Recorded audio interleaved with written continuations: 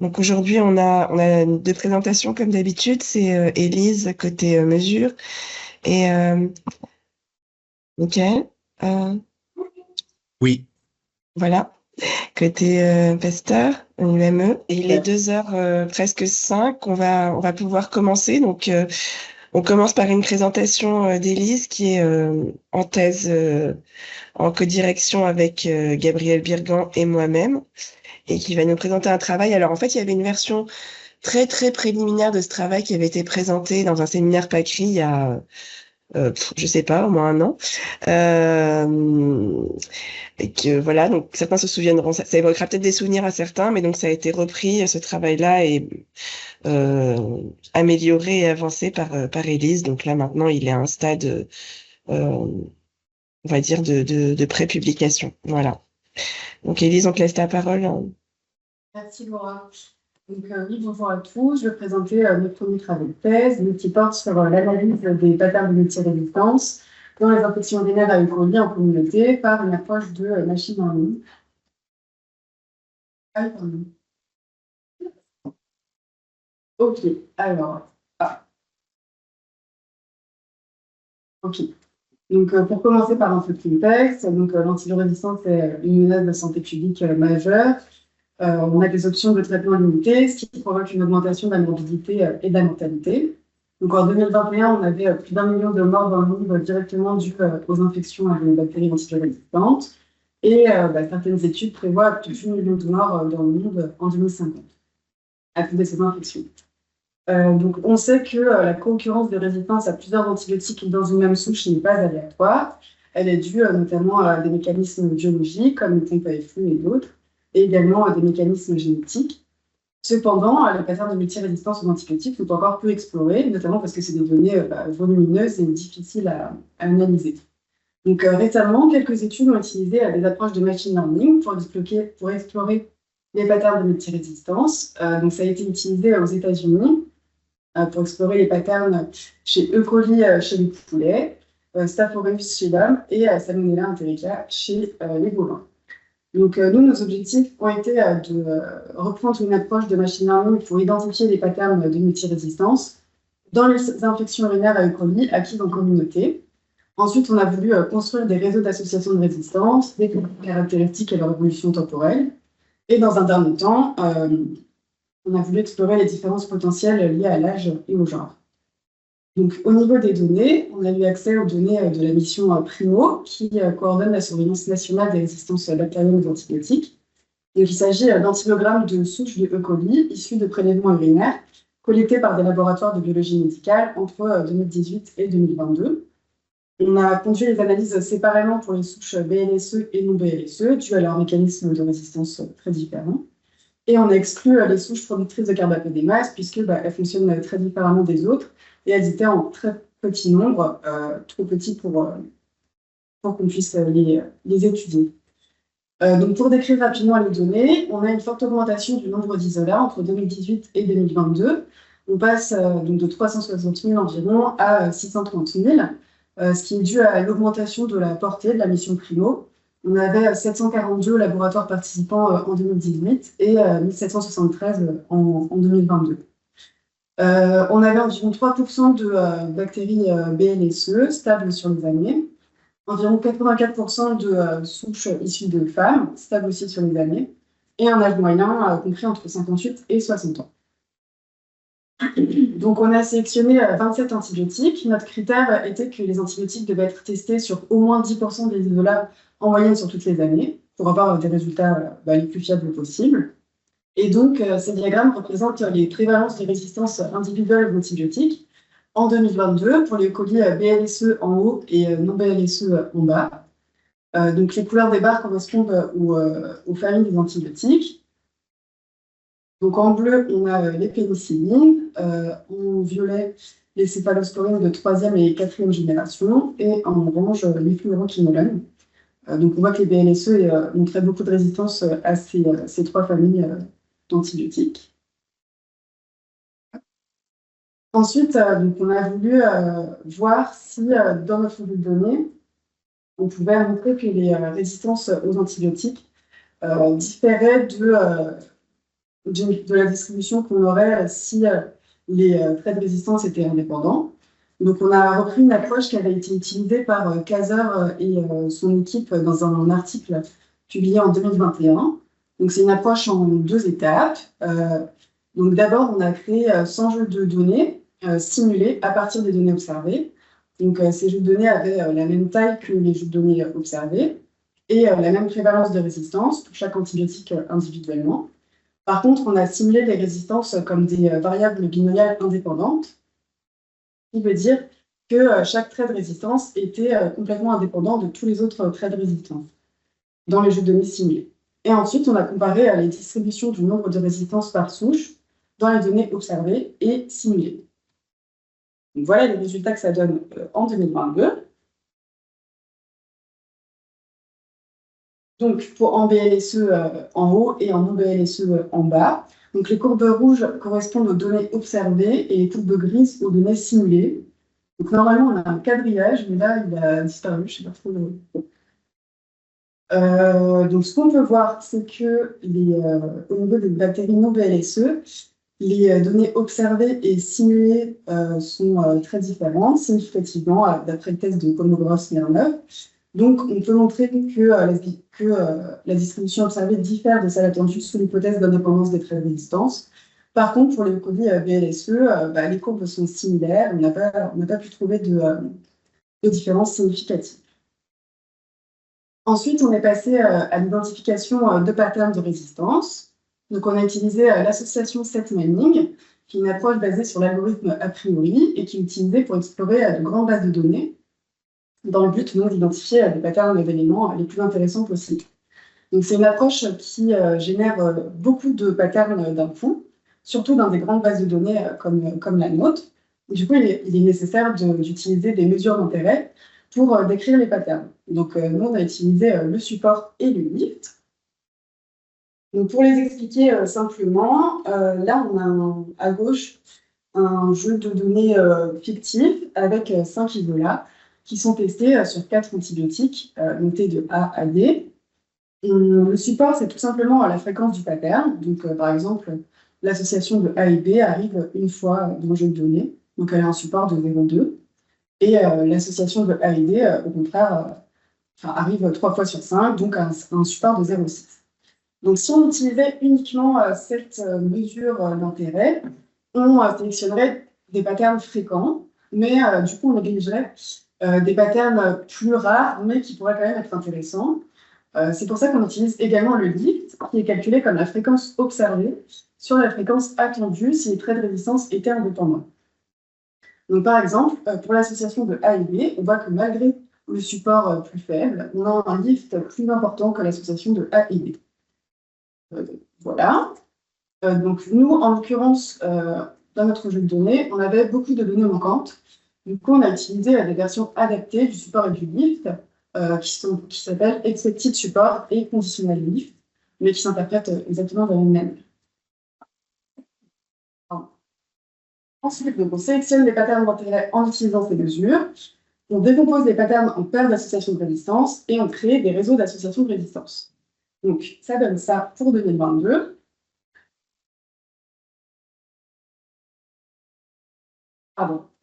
Donc, pour expliquer rapidement ces réseaux, on a le réseau BLSE à gauche et le réseau non BLSE à droite. Les nœuds sont des antibiotiques colorés de la même manière que les barres plots du début. Donc, on a les pénicillines en bleu, les C3G, C4G en violet et les quinolones en orange. Donc, les nœuds sont colorés en diagramme camembert. Donc, la part grise correspond à la proportion d'isolats qui ne sont pas testés pour cet antibiotique. La part blanche correspond à la proportion d'isolats qui sont sensibles à cet antibiotique.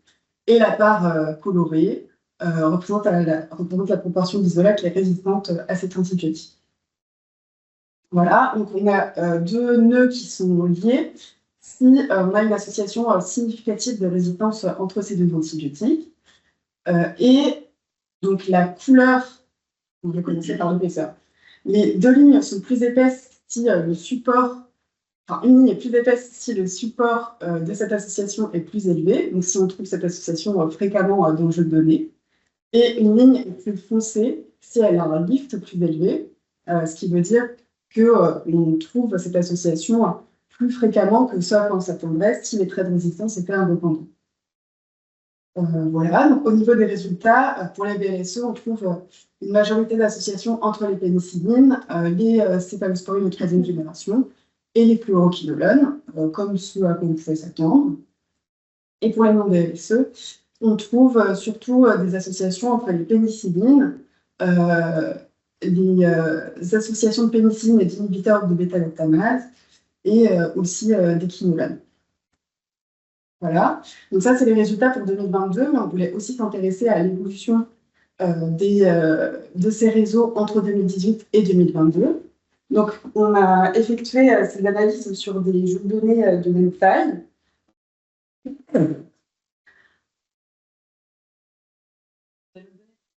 Pour s'assurer que les différences potentielles qu'on observerait ne soient pas dues simplement à l'augmentation de la taille du jeu de données.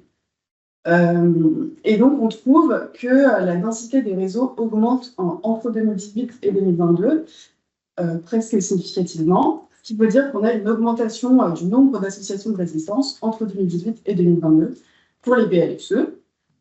On a fait le même travail pour les non-BLSE et on trouve également une augmentation du nombre d'associations de résistance. Voilà.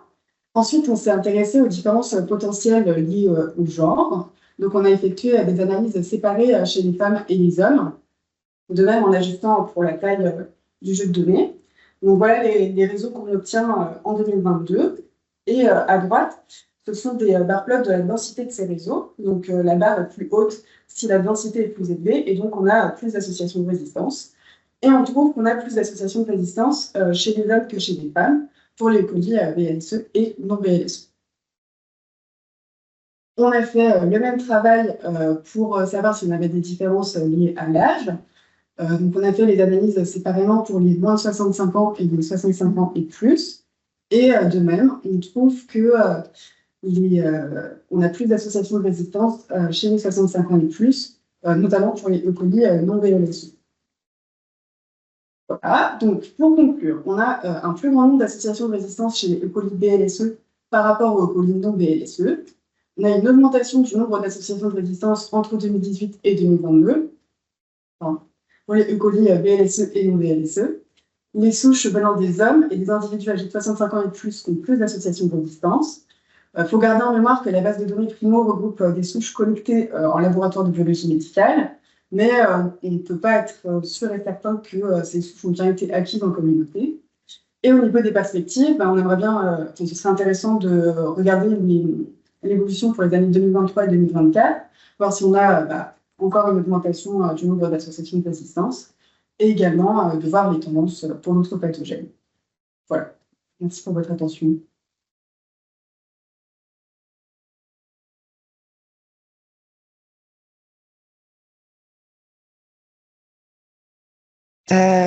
Du coup, on a plein de temps pour des questions.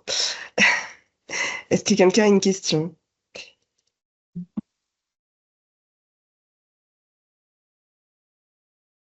Moi, du coup, je me dis c'est facile. Du coup, là, comme c'est des souches issues de prélèvement urinaire, enfin, oui, d'origine urinaire, il y a beaucoup moins d'hommes. Oui. Et pourtant, tu vois beaucoup plus d'associations chez les hommes. On s'attendrait parce que c'est du coup des hommes qui sont plus traités aux antibiotiques ou ouais, on pense que c'est pas les mêmes populations. On pense que les prélèvements qu'on a chez les femmes sont assez représentatifs de la population générale des femmes, alors que les hommes qui vont faire des prélèvements urinaires peuvent avoir subi des opérations, des choses comme ça, et avoir été plus exposés aux antibiotiques. Et donc, on pense que c'est possible que ce soit pour ça qu'on a plus d'associations. Voilà, notamment, on a vu que il y a donc une partie des associations supplémentaires qu'on voit chez les hommes et chez les personnes plus âgées impliquent le sécurenzyme, qui est lié à des pénicillines et des fluoroquinolones. Et c'est un antibiotique qui est utilisé en prophylaxie pour les opérations de la prostate. Et donc, on pense qu'il est possible que ce soit lié.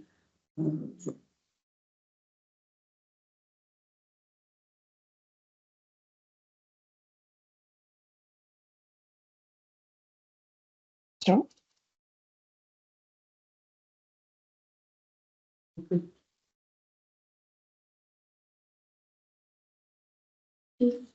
Une question. Pourquoi on observe une augmentation des résistances dans le temps? Eh ben, donc, puisqu'on a travaillé sur des jeux de données de même taille, on sait que ce n'est pas dû à l'augmentation de la taille de la base. On a également fait une analyse de sensibilité, parce que donc, en fonction des années, les contributions régionales changent. Donc, on s'est dit que c'était peut-être lié à ça. On a fait une analyse de sensibilité. On avait donc le nombre d'isolats correspondait pour chaque année à la proportion de la population régionale, à une proportion voilà. Donc on s'est affranchi de ce problème-là. Et on a quand même trouvé une augmentation chez les BLSE, mais pas chez les non, enfin, c'était pas significatif chez les non-BLSE. Donc voilà, donc on peut dire que chez les BLSE, cette augmentation est probablement liée à une vraie augmentation des multi-résistances chez le coli en communauté d'infection urinaire en France. Chez nos non-BLSE, c'est moins clair, du coup. Ce serait peut-être tout simplement dû aux contributions régionales. Voilà. Et ça pourrait être lié à une consommation d'antibiotiques qui augmente par l'évolution de celui-là. Bah, c'est possible, ouais. C'est vrai que je n'ai pas regardé si les consommations augmentaient. C'est peut-être remonté, c'est possible que ce soit ça. Il doit y avoir un effet. Je me dis, c'était Wilfried qui avait montré dans son papier qu'en communauté, il y avait une augmentation de la consommation de certains antibiotiques et une baisse assez importante d'autres pendant le Covid. Et tu vois pas du tout d'effet potentiellement sur le mouvement. Ça a l'air soit stable, soit plutôt d'augmenter de manière assez drôle. En 2020, c'est un peu spécial en fait, parce que la taille de la base de données n'a pas augmenté, puisque les laboratoires avaient d'autres priorités que ça. Mais ouais, on trouve quand même une augmentation du nombre de résistance cette année-là. Une fois, non, on n'a pas vu d'effet Covid sur. Parce qu'il y a eu une grosse baisse de consommation de pénicilline en 2020. Donc, enfin bref, je trouve ça intéressant. Ouais,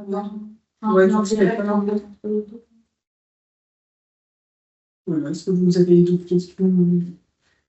Pas d'autres questions? Bon. Ok, bah sinon, alors on va te remercier, Elise, et puis on va laisser la parole au deuxième orateur, alors. Merci beaucoup. Partager ton écran. Je vais partager l'écran. Ouais. J'ai préparé la présentation en anglais, en fait. Mais Ouais, si vous très voulez, bien. je peux aussi Non, en faire anglais, en c'est bien. français, comme vous voulez. OK. Non, en anglais, c'est bien, surtout si les diapos sont en anglais, c'est plus simple. Parfait. OK, super. Donc, I think maybe I will talk about a little bit of a different topic than maybe you are usually used to. But I will be talking about field epidemiology, or what we call intervention epidemiology, and the dilemmas and opportunities around the whole subject of life-saving. I will probably talk about 25 minutes. I hope that is fine. And then I'm happy to stay a bit longer if anyone has some additional questions. And if there are no questions, I provided a list of questions to Laurie. So Laurie, please be ready to ask the questions. I will do this presentation based on two specific missions that I did with Médecins Sans Frontières. One, Haiti Cholera 2022, and how data was used for decision making. And the second one, a very brief insight into the Sudan-South Sudan cross-border crisis that is ongoing, which was part of my one of my last missions. Very briefly to my background itself and why I'm presenting here today. So as you probably have guessed, I'm a field epidemiologist. I have done about 15 missions, a few more actually, including some remote missions, the last one for Gaza from Jerusalem.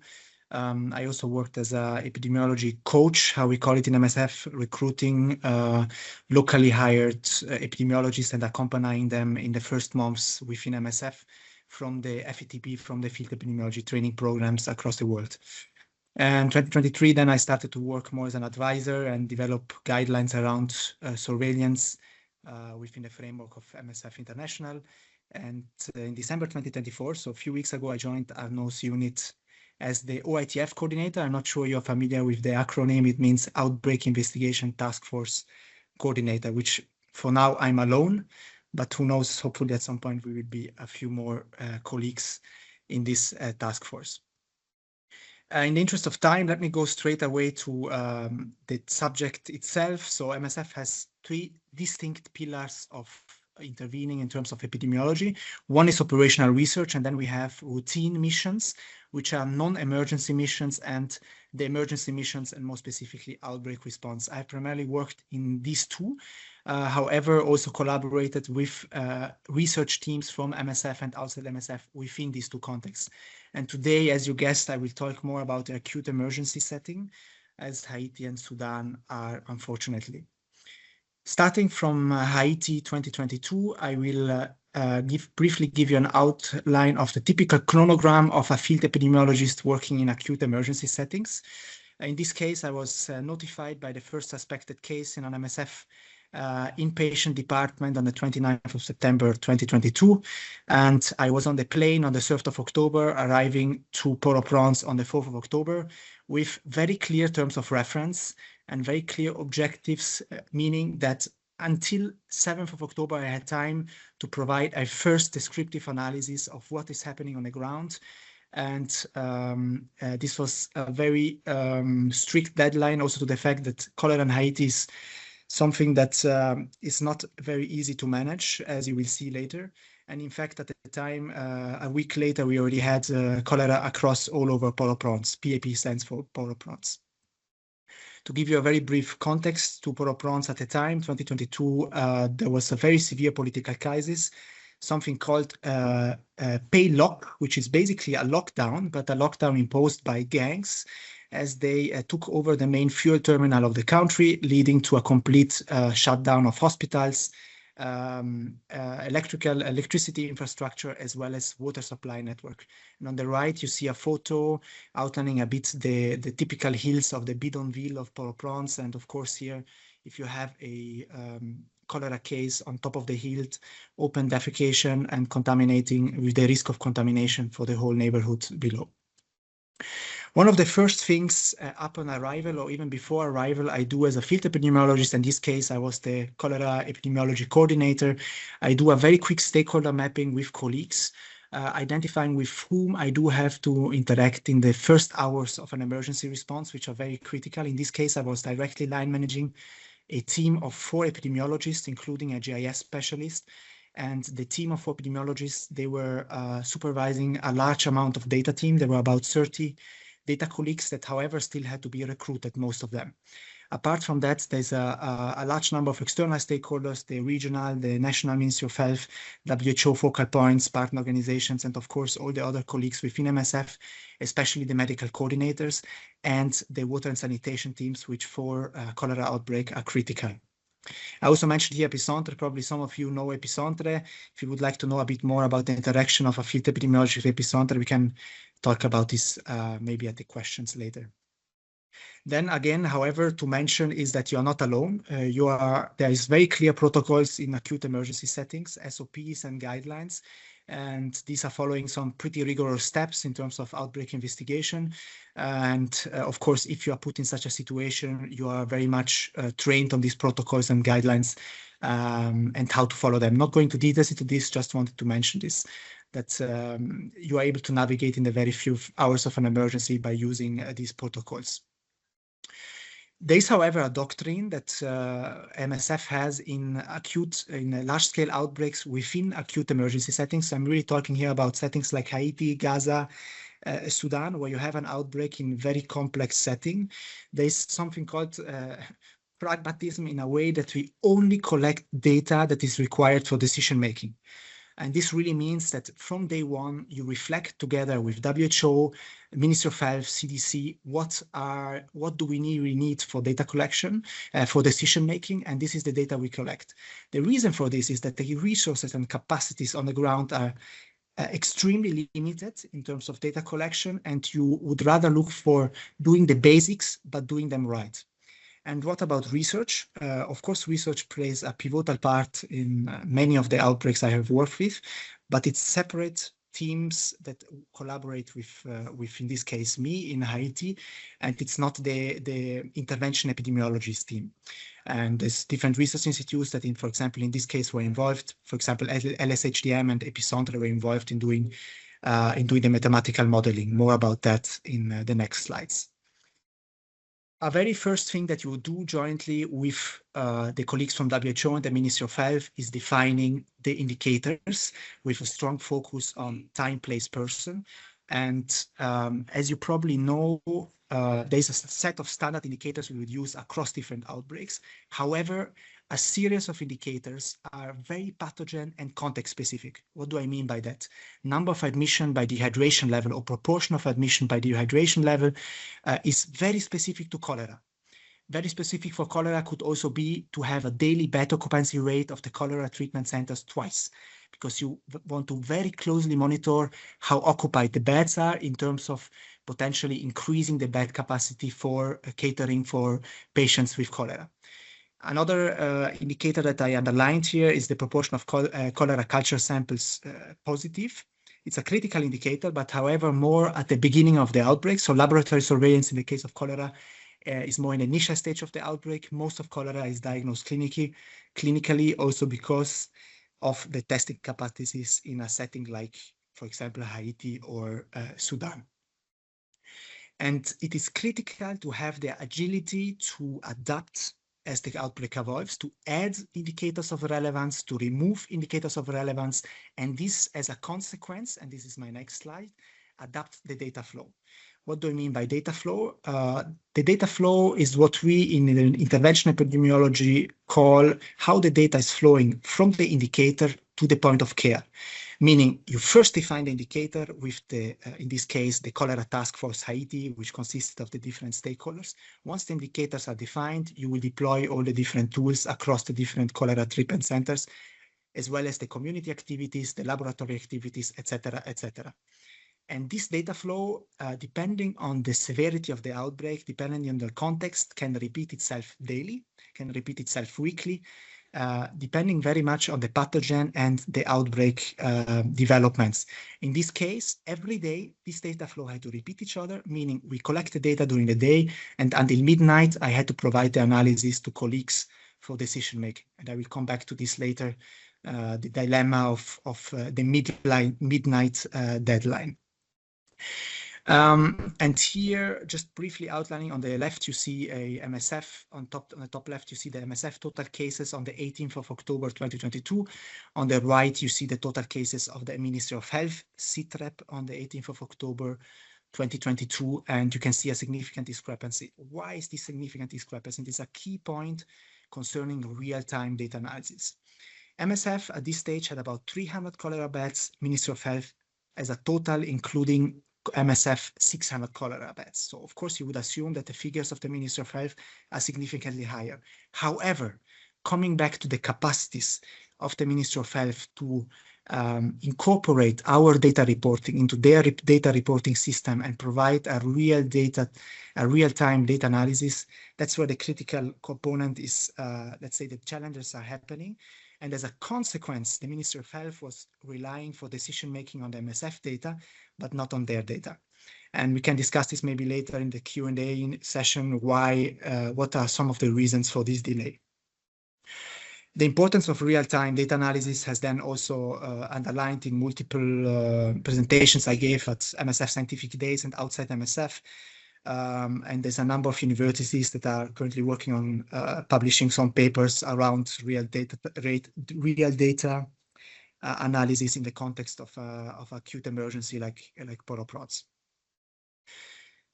Among the challenges of real-time data analysis is human resources. And at the beginning, I was line managing 4 field epidemiologists, 4 intervention epidemiologists, but most of the data team still had to be recruited. And this is a picture of my bedroom in Port-au-Prince in Haiti, and this is not data. Most of the data is collected through electronic data collection. Probably you have heard about Kobo Collect. No, this is not data, it's CVs. And as the coordinator, I was also coordinating the recruitment of all the data teams. And you can imagine the few night shifts that it took to screen the thousands of CVs in order to recruit the data team and have a data team with the capacities to deploy a surveillance system with a data flow in a timely manner and quality manner. So you can understand, maybe you can get a bit the challenges around that. And coming to the analytical output, I will just very quickly stop sharing the presentation and go to the dashboard. So what analytical output basically means that the entire data flow and indicators that were defined and we require for data-driven decision-making reach every day at midnight the different decision makers across all the stakeholders, internal and external. And it's a field-driven process, so the dashboard is developed most of the time in most emergencies by the field teams, and it incorporates all the indicators before mentioned, from maps to descriptive statistics, etc., etc. And based on this, decision makers would send their chlorination team to chlorinated contaminated sites. Of course, again, this has to be developed within a few hours from the onset of the outbreak. In this case, I'm not sure if you're familiar. I used partially R scripts and Power BI, incorporating the two, and the dashboard was developed within 72 hours in order to cater for the analytical and decision-making needs. Going back to the presentation. One key point for cholera specifically is geospatial resolution. What do I mean by geospatial resolution? In every country, you have different geospatial levels, and as you go to higher levels, meaning level 3, level 4, you go more into details. You have a higher geospatial resolution. This may seem very redundant for you. If we speak about a context in France, we have postal codes for every single village in France, but this is not the case for a context like Port-au-Prince, where barely a street has a name. And this is a key work of the GIS team that was under my supervision in Port-au-Prince at the time, to very quickly define a geospatial resolution that allows us to take precise analytical decision and to deploy the very limited resources in terms of chlorination, in terms of health education, in terms of aquatabs distribution, etc., at the right point in the right time. How this actually works, we adopted a methodology that is called Voronoi diagram, where we basically create polygons around points of interest, going to the most detailed level, which is street level. And this means that we are able to analyze all the data at street level for each single patient. Now, in the context of our epidemiological father, John Snow, this may be relatively simple also because at the time, potentially, he analyzed not thousands of cases per day, but a limited number of cases per day. In the context of Port-au-Prince, where you had about 1,000 cases per day in the peak, it was very difficult to ensure that the data flow has a continuity and timeliness that was required for decision making. And of course, it's key, very much in the spirit of John Snow, to develop maps around the key indicators defined. In this case, we had the number of patients by origin of patients for the past 5 days. Why 5 days? In this case, WHO recommended to take a 5 days average for the maximum incubation period.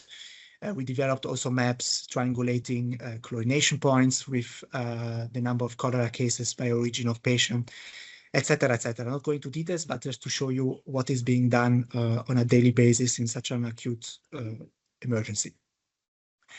Maybe a bit more to emphasize on the field-driven data analysis and the so-called midnight deadline.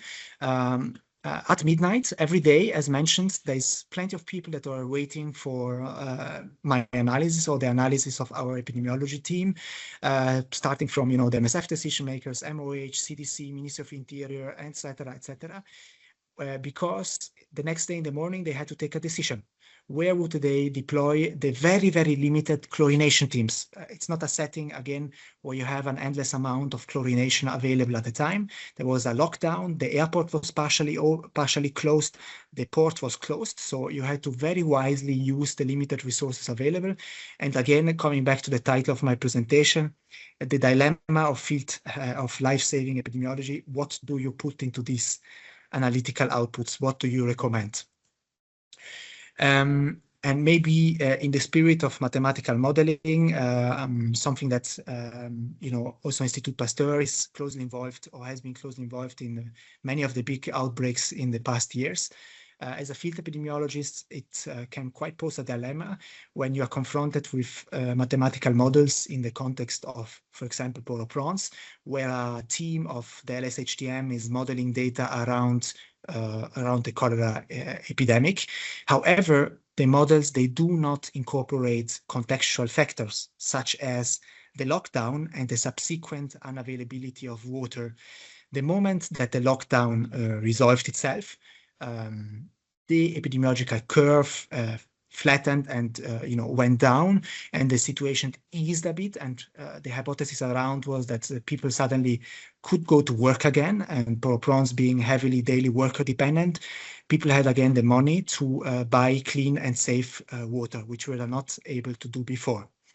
Maybe at this stage to add is that we did not just collect data from line lists, from patient line lists, but we also collect data from patient caretakers. We deployed case investigation forms collected also in real time and analyzed in real time by the field teams and by colleagues from HQ. And in these case investigation forms, we investigated what kind of water sources the people were using. And surprisingly, we would see that each different neighborhood had a different water supply system, and we would able to tailor our response in terms of water and sanitation according to the patterns we could see in the case investigation interviews with the patient caretakers. To conclude this part of the presentation, here a photo of a cholera treatment center. If you have ever seen one, probably you would say, this is very luxurious. And indeed, this was one of the most luxurious cholera treatment centers I have seen. 150 beds with some space between the beds. It's not really like this all the time. I worked in cholera treatment centers where you have double the amount of patients lying on the floor on chairs because there is no space for patients to be treated. And maybe to conclude on cholera is a disease where the moment that you have to open cholera treatment centers, we say in terms of in field epidemiology, we say you have already lost. Surveillance plays a key role. Quick reaction in terms of water and sanitation is even more important, to not even have to open a cholera treatment center. Great. So last few minutes on the next crisis that is unfortunately still ongoing. The South Sudan border crisis, with a massive amount of refugees crossing from Sudan into South Sudan and other neighboring countries. And I was very closely involved in multi-pathogen outbreak on the border last year. And in such contexts, we have something that we call the denominator hunt. What do I mean by that? The denominator hunt is a key aspect in terms of epidemiological analysis, because in such context, we do not know the denominator. And we do need the denominator for a multitude of epidemiological indicators, especially in such contexts. And as such, one of the key tasks of the field epidemiologist is to have put in place a mechanism to count the population. And of course, you would not do a household population count. That's way too costly and takes too many human resources as well. So there's different methodologies that have been developed using GPS coordinates, etc., and to put this in place to automatize the data analysis of the denominator can greatly facilitate the epidemiological analysis and advocate for decision makers to take certain decisions. And last but not least, I want to make a point on the qualitative skills a intervention epidemiologist should have, or at least should train. Not just quantitative skills are required in such contexts. In this case, we had a pretty normal, let's say, measles outbreak if you look at the epidemiological curve. However, what we noticed that dozens of patients would be coming to our facility with post-measles symptoms. And we started to investigate why they would only come with post-measles symptoms and not during the peak of the measles outbreak. We actually figured out that these people came from across the border from Sudan. However, they were not Sudanese refugees, but they were South Sudanese living across the border, not being able to return to South Sudan for political, for ethnic reasons, for tribal reasons. And they were hiding their origin, and they were fearing to, in fact, bring their children across the border. This resulted in a very, very high community deaths, and in fact, it resulted in a responsive measles vaccination campaign that finally saved a lot of lives. But just to give you an idea, we documented over 200 community deaths within 2 months. In a setting that already has a multitude of other pathogens present at the time. And that being said, how did we figure this out? We figured this out through focus group discussions with the mothers affected, together with medical anthropologists, and really trying to address this sensitive topic of tribal relationships in a ethical manner. So not going too much into details to this, but just saying that if you ever intend to become an intervention epidemiologist, qualitative skills are really, really key. So few takeaways at the end. There is indeed significant differences between intervention epidemiology and research epidemiology. However, there are also cross-cutting points, and we work closely together to answer questions, to answer the questions in terms of responding better to outbreaks. And I do believe that there is a major need for operational research or public health research in outbreak settings within emergency contexts. It's true, it's extremely difficult to do certain, cohort studies or case control studies in settings like Haiti or Sudan, but it's very, very much needed. Every time I have been deployed to a setting for a second or third time, we face the same questions and we do not have answers. And if I may give one takeaway that I think is very, very critical in such settings, try to get the basics right and to get them timely right, and really focusing on time, place, person in the best way possible. And this actually can save lives. The qualitative part I already mentioned, and of course, being in such a context does not really require technical skills, but first and foremost, I would say a lot of transversal skills are critical for your own survival, but also for the whole response. I mean, managing a team of 5 colleagues, plus supervising, cascading the knowledge down the knowledge for another 30 colleagues, communicating with dozens of other colleagues within and outside the organization.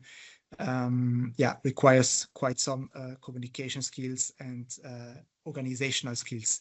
As more you are organized, I would say, as better. How this links with the OITF. OITF, to remind you, is the Outbreak Investigation Task Force. I think that could be a topic for another seminar, but just to mention that, the OITF will closely work with colleagues from Institut Pasteur Paris, from the Pasteur Network, and with the GOAN, with the WHO Global Alert and Outbreak Response Network. And we'll, of course, primarily work to some extent on research, as Pasteur is a research institute, but we will try to integrate field epidemiology and benefit from field epidemiology in terms of generating public health intelligence and research. I think that's it. I hope I didn't go over time. We still have 10 minutes for questions and reflections. Over to you, Laurie, please.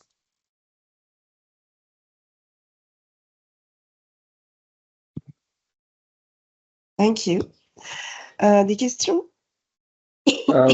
More comments than questions. So thank you very much, Michael, for your presentation. Maybe people around are not very familiar with the Outbreak Investigation Task Force. I will give you a bit of context. It's a task force which was launched in 2016, I would say. We had Maria van Kerkhoff as a coordinator for a couple of years. Some of you may have heard of Maria since, as she left because she was offered a position at WHO as technical point for coronavirus, and that was 1 year before COVID-19. So now, whenever you see Tedros with the Director General of WHO, Mac Ryan on the right, it's Maria who is on the left. And she made a tremendous job in her new position. Now she's the head of Pandemic Preparedness Division at WHO. So after the departure of Maria, we had another colleague from the States, Eileen Farnon, who was a clinician epidemiologist who stayed a couple of years. Then COVID-19 came, everything was wiped out with COVID-19, all our activities. And we are very pleased now to welcome Michael to sort of restart the Outbreak Investigation Task Force. We are currently discussing with Michael what shape we will give to this task force, its mandate, and everything here is in discussion, you know. So I think it was very useful to listen to you, Michael, in this context, to look at all the skills you have accumulated with your tremendous experience with MSF for the past 6 years. Now I have a couple of messages. One is Michael cannot work alone. And there may be here around at the tables and in the room, some of you who could be interested in participating in outbreak response. And there is currently, we are trying to make a list of potential candidates of people that would be ready to be deployed for short missions in case of need. And if you are interested in this, feel very comfortable to talk to Michael. So that we are aware of your interest, and then we could see how to materialize that. Would a new outbreak start somewhere, and Michael be deployed with some colleagues from Pasteur? The second part is, as you said, Michael, there is this dilemma between the intervention and response in emergency to an acute situation like an outbreak, and the research we would want to do so that we would better understand for future outbreaks, I mean, the eventually what could be done in terms of response. I think they are not antagonistic, and I think the knowledge you have right now will be extremely useful directly. I mean, I see direct applications for modelers. I mean, the quality of the data you were able to collect in such a difficult context is a prerequisite for any work, and I think it would be interesting you discuss with Laura Temime, you discuss with Simon Kochmes, people that do modeling, as you can sort of better anticipate, and if you are deployed, work together with them in trying to find out how best, what sort of data you should collect as much as you can in those contexts in order for them to incorporate them in their models. But here, I mean, clearly, from what you were showing, I think there is great potential for collaboration. The other point, you know, is that when you do those sort of missions, you understand that it's always tense situation, very critical.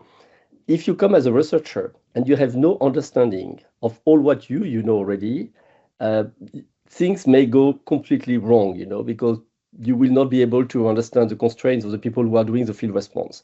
Whereas now, I think with this background, you will be very well placed and to understand what they need to do for the job of response and see where there are opportunities of grafting research in some parts so that you don't disturb their work or minimally.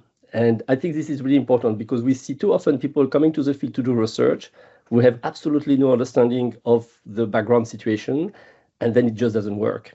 And I think that now, with all this expertise, I mean, you will be able to gain the respect of the people in the field, and they would say, okay, that guy, he knows what we are doing, and he's not here just to disturb us and follow a research agenda, which sometimes may look a little bit displaced, you know, compared to the crisis.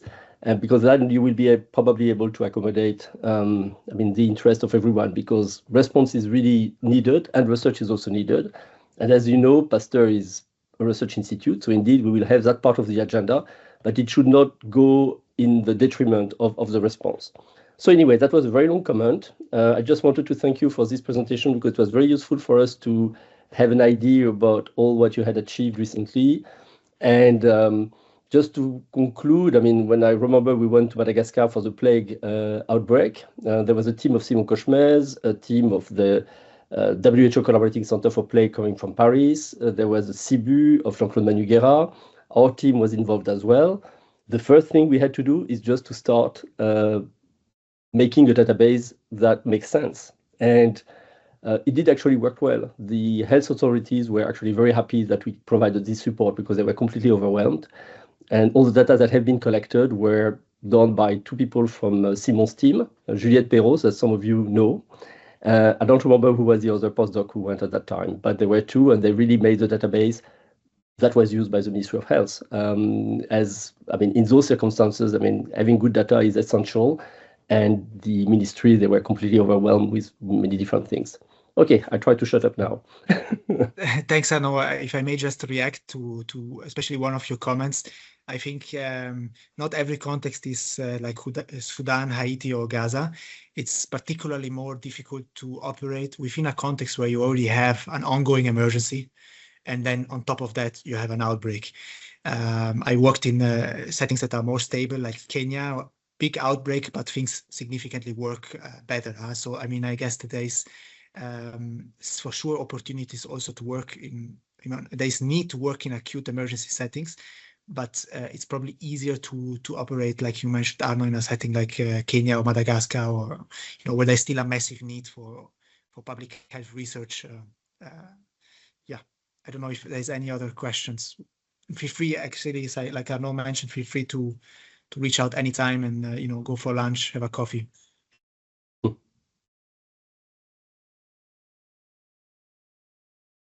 So any questions? Right. So thanks for the talk, Michael. It was really interesting.